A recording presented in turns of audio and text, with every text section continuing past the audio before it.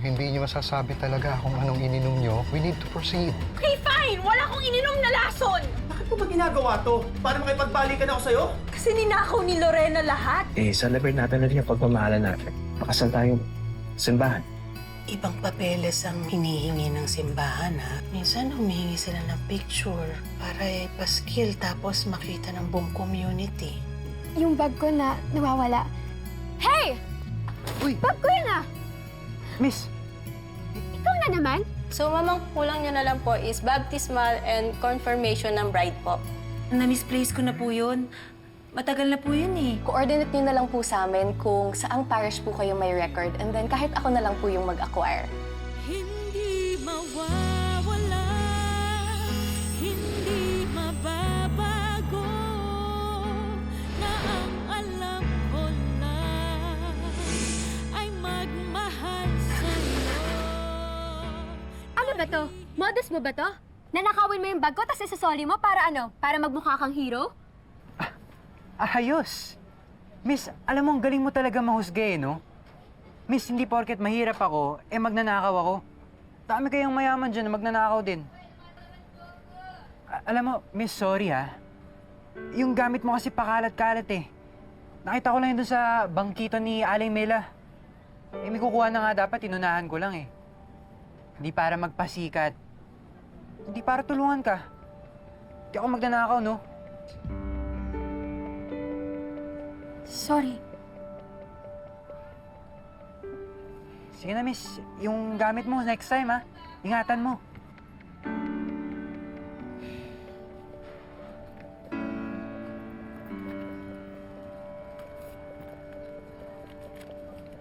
Fine. Eto. Para makabawi ako. And to say thank you.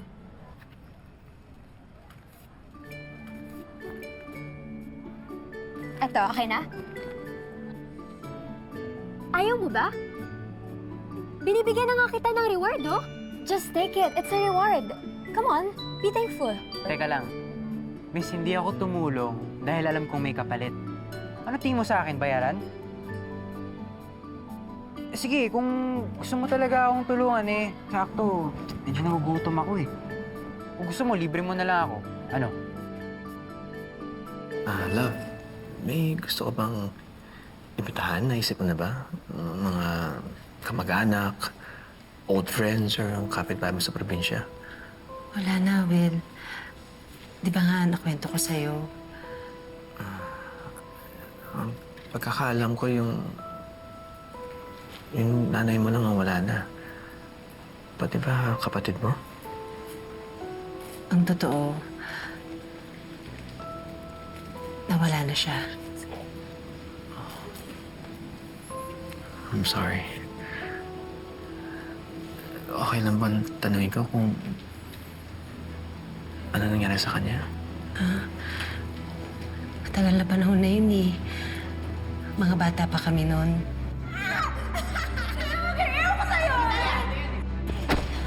Hindi ko naman alam na mahuhulog siya dun sa batuhan! Sa tingin mo ba pag nahuli ka nila papakawalan ka pa nila?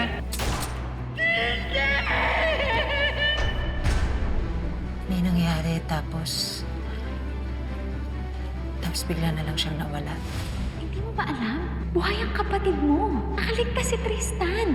Nadala siya sa ospital. Saan siya? Bigla na lang siyang umalis eh. Hindi na namin alam kung nasan siya. Tagal na panahon ko na hindi nakikita yung kapatid ko. Siguro mga 10 taon na. Wala pa rin akong balita. Love, I'm sorry for asking.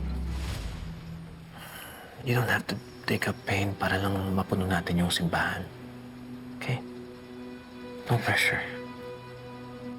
Besides, kami na ang pamilya mo ngayon. Si Manong Pilar, si Leah, si Amber, ako. So Casey, okay na tayo? Yes po, sir. We'll just coordinate with Amber on the design details as well.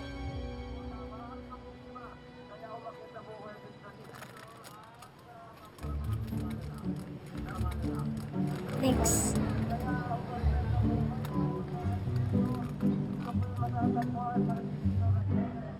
First time mo, no? Alam mo, ikaw yung tipong classic na yayamanin eh, no? Alam mo, huwag ka na mag-inarte dahil lahat ng tunay na tao kumakain ito. So, peking tao ako. Hindi ito yung first time ko, no? Nakatikim na ako nito sa platter. And I'm not maarte. I'm just being cautious. Baka mamaya, may secret ingredient to na hindi ako ready. Secret ingredient?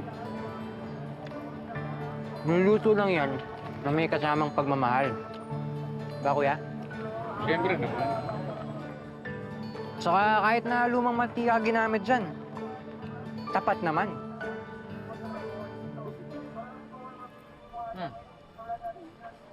Sarap?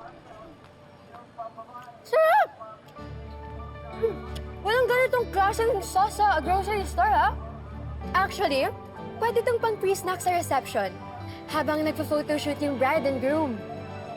Uy, kasal agad. Hindi ba pwedeng kakakilala lang natin? Nasa ano pa lang tayo? Getting to know each other. Hindi kasi.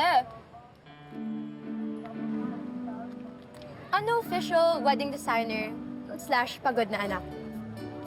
I'm helping my dad. Kakasal na kasi siya sa bago niyang wife. Kaya pala nandito ako sa Kamuning. You know what? She just texted. Alam mo ba kung saan siya nag-canvas ng fabrics? Kamuning, out of all places. Yeah. Sinuong niya yung lugar na yun, yung init na yun. Exactly. May kasama ba siya? Bakit? Naghanap ka ng tela? Yeah. Naghahanap ako ng may Filipino touch, pero classy. Sabi kasi sa akin ng friend ko, maganda daw dito mag-scout ng swatches. Pero, di ko naman expect na ganito pala kagulo yung layout dito. Parang maze. Sakto. May kakilala akong mananahe. Yung tahimik lang, pero malupit. Pangmalakasan talaga. Pagseryosohan. May mga alam sa mga classic weaves and silhouettes. Ha? Yung, oo.